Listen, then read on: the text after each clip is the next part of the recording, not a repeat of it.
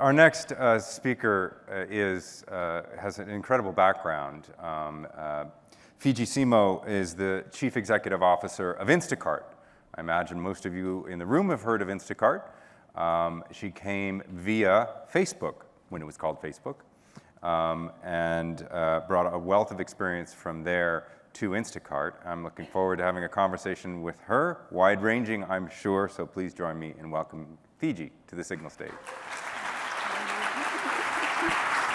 You can sit here. Welcome. Thank you. Thanks for having me. So pleased you could come. So pleased you could come in person. Yeah, absolutely. It's the best. Also going right after Mark Pritchard is a tough act to follow. Yes, absolutely. We always set up this. We knew you were up to it. So I think most folks, at least in the room, know what Instacart is and does. But we've got a lot of folks around the world who might have heard of it but don't know. You joined almost exactly a year ago. Is that correct? Yes. Yeah. So what was it about the company that drew you to the company, and just give me kind of a state of Instacart at the moment. Yeah. So I actually joined the company. I joined the board of the company 6 months before becoming CEO, and at the time I had no intention at all of leaving Facebook. But the thing that I discovered is that Instacart is very much known by most as an online delivery company. It's very simple. You can order from more than 800 retailers, and you get products delivered within an hour to your house. It's a fantastic service. But the thing I didn't expect to discover as I learned more about the company is that it's actually much more than that. It's a company that really develops all the technologies that are powering the digital disruption of the grocery industry. And the thing that's really interesting about that is that if you look at grocery, it's the largest category of commerce, and yet it's the least penetrated online. And it's an industry that's actually pretty behind in terms of adoption of technology. And so what Instacart has done is developed all the technologies, whether it's e-commerce website, all the way to fulfillment and delivery, to really help all of the grocery partners that we work with, which represent about 80% of the US market, really embrace this digital transformation. Yeah, and when I have a feeling you saw something big on the horizon when you joined, and that's a big deal, just helping a very large and important industry, sort of take digital and make it integral to the whole industry.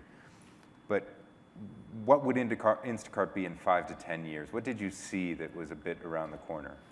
Yeah, so if you project out that vision of building all of the technologies that powers the industry in 5 to 10 years, you quickly realize that, as you were in fact saying in your video, that the online world and the physical world really need to blend. And if you look at the technologies that exist today, the store experience, the physical store experience, still hasn't been really that disrupted by new technology. Yeah. Amazon knows that, by the way. They really want to capture that category of commerce that they don't own right now, which is grocery. And the way they're approaching this is through technology. With their Just Walk Out technology. And so there's a real opportunity to be the company that really develops all of the technologies that all of the incumbents cannot develop on their own because they don't have the deep pockets that Amazon has, but we can enable them with these technologies. And so if you ask, what does that look like in 5 to 10 years, you can imagine bringing the absolute best of online, which is personalization, inspiration, with the best of offline, and which is the discovery, which is actually kind of interesting because when we ask people, why do you go to physical stores, they tell you the discovery experience, the inspiration is still better than online, whereas online is much more convenient, much more personalized. So imagine if we could blend all of these different advantages, and you could walk into a physical store, and immediately you have a smart cart that knows your shopping list, recommends the absolute best products for your specific diets, for your family, inspires you to try new recipes. That's an experience that blends the physical offline experience with the online one that could be really revolutionary for families, but also for retailers and advertisers. Now, let me make sure I understand this. you're going to turn me into my own Instacart shopper. But I'm happy to do it. That's full loop. Because it's a good because it's a good experience. Yes. Right? Well, I think that's kind of the point. You know, when we ask customers, they're telling us, yes, like in many cases, they want their groceries delivered to their house, but that's not as if they're going to stop going to physical stores. Right. You know, we all know if you look at every other category of commerce, they're about, 30% penetrated online. There's still 70% that happens in stores. And when we talk to our retailers and the brands we partner with, they really want to crack that omni-channel experience, and we can be, the technology provider that allows them to do that. Yeah, that is a big business. Mm-hmm, I could see where that might go. Now, what about outside the grocery store? Mm-hmm. We had a presentation this morning from Getter, who's coming into your market from Istanbul. There were a lot of things on the menu there that he was saying he wants to get into. Is that your menu as well? You've got a distribution network. You're taking, you're doing the last mile and across the country and increasingly looking to international waters. Will you be doing more than groceries? Absolutely, and we already are. Right now you can order from Sephora, you can order from Best Buy, from Dick's Sporting Goods, from Michael's. And so really we're following where consumers want to take this, and we're seeing that people who order from multiple categories obviously retain more, and so that's definitely an expansion area for us. The thing that's interesting though is that because we started in grocery, people open our app with the intention of spending $110 when they come in. And so when we expand with a partner like Sephora, the customers are already accustomed to spending as much as they spend large baskets on these other platforms. And that's very different from the types of players you're seeing entering the market right now that are much more focused on the convenience market, which are, $20 to $30 baskets. Right. And so that's why we have a very big advantage when we expand into these new verticals. Got it. Now, the other piece, when the news came, first that you were joining the board, and then that you became CEO, I'm an avid reader of what might be called the industry press, which is to say all of my friends in journalism who like to pontificate about what it all means that a senior executive from Facebook is going to Instacart. And the first thing they said was, well, Fidji's obviously going to build a huge advertising business. Now, the fact is that the merchandising business in the grocery store is a huge business. It's a very important business, and it is, by all intents and purposes, an advertising business. So what's up with that? Well, it is a big and growing part of our revenue, and that's going to be a big part of the growth in our future for sure. And the thing that's really interesting about Instacart Ads, and just for people who are not familiar with it, the majority of our product is basically, if you search for, razors, we could show you a Gillette ad, and we're expanding beyond search into display and video as well. And so what's interesting with that is that we are now a platform that combines the measurability, the targeting, the precision of online advertising, but with also the ability to move products off the shelves at retail and get them in the hands of customers in an hour. Right. And for most CPG brands, they haven't had that immediacy of showing a video that inspires someone and having the person be able to experience a product within an hour. So it's a really compelling, really high-performing product, and we're continuing to expand our measurement capabilities to prove all of the incrementality on sales that this product is generating. Are you looking at the playbook of, you mentioned Amazon.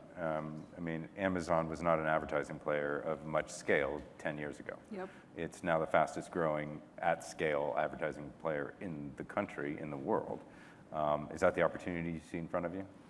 I think there's a lot to learn from what they've done, and certainly they're very product search focused. So there's a lot of parallels with what we do.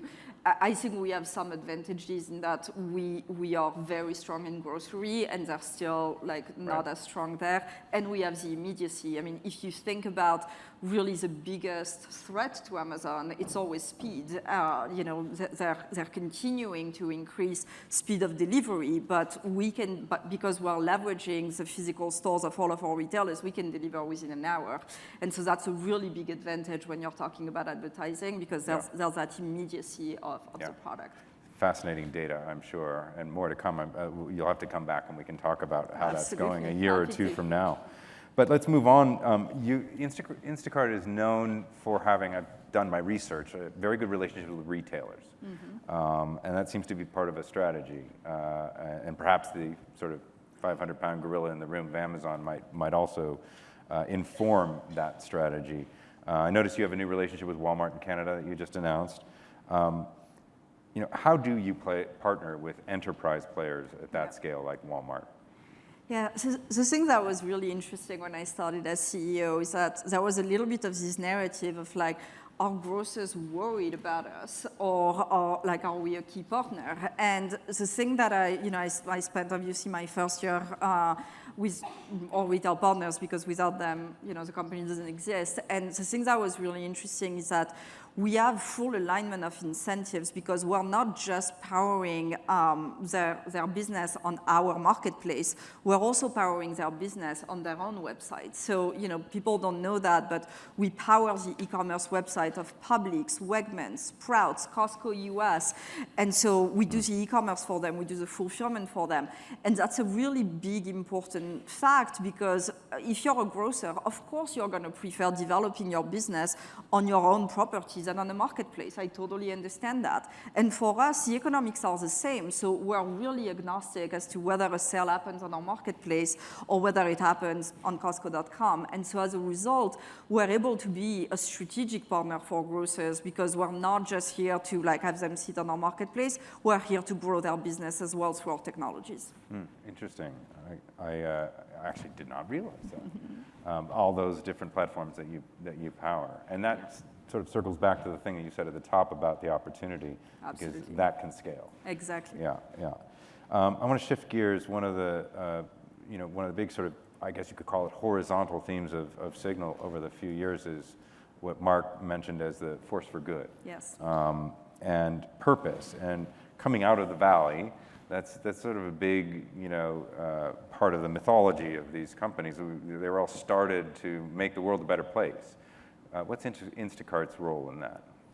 So our mission is to make food more accessible to all. And that's incredibly important, because in this day and age, it's really crazy that that a lot of people still don't have easy access to not just food, but actually nutritious, healthy food. And so a lot of what we are doing through expanding the service is really giving access to people to the service. And the thing I love about what Mark says about the good being aligned with the business is that for us, it's really the good that we do in the world only happens as the service expands. And a good example of that is that 2 years ago, we started putting the food assistance program, the EBT SNAP program, online. And what that means is that anyone who has access to food assistance dollars can now pay for their grocery using these funds online. And that means that 29 million people who are considered food insecure now have access to grocery delivery, which is a very big advantage, because one, we see that when they use grocery deliveries, they can manage their budget better. It's easier to do online than to do in the store and calculating how much you're spending. They're not spending money on public transportation or gas.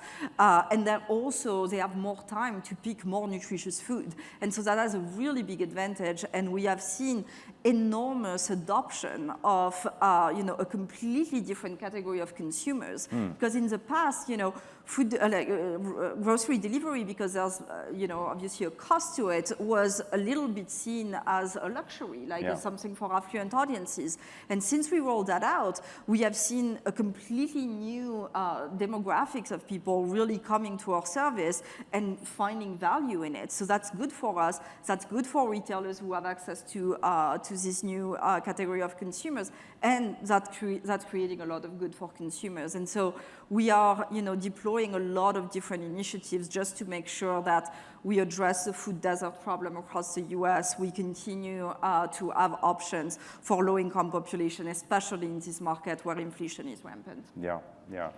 So I want to turn, as we have a few more minutes left, to one of the pillars that that I went over earlier, the employee experience. Yep.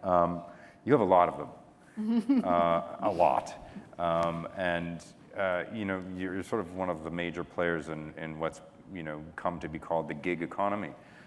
People can pick up this work pretty quickly. They can get good at it. They can make money on their own time at the shifts that work for them. But what does it mean to you, and how do you think about managing employees in that kind of a gig economy? Yeah.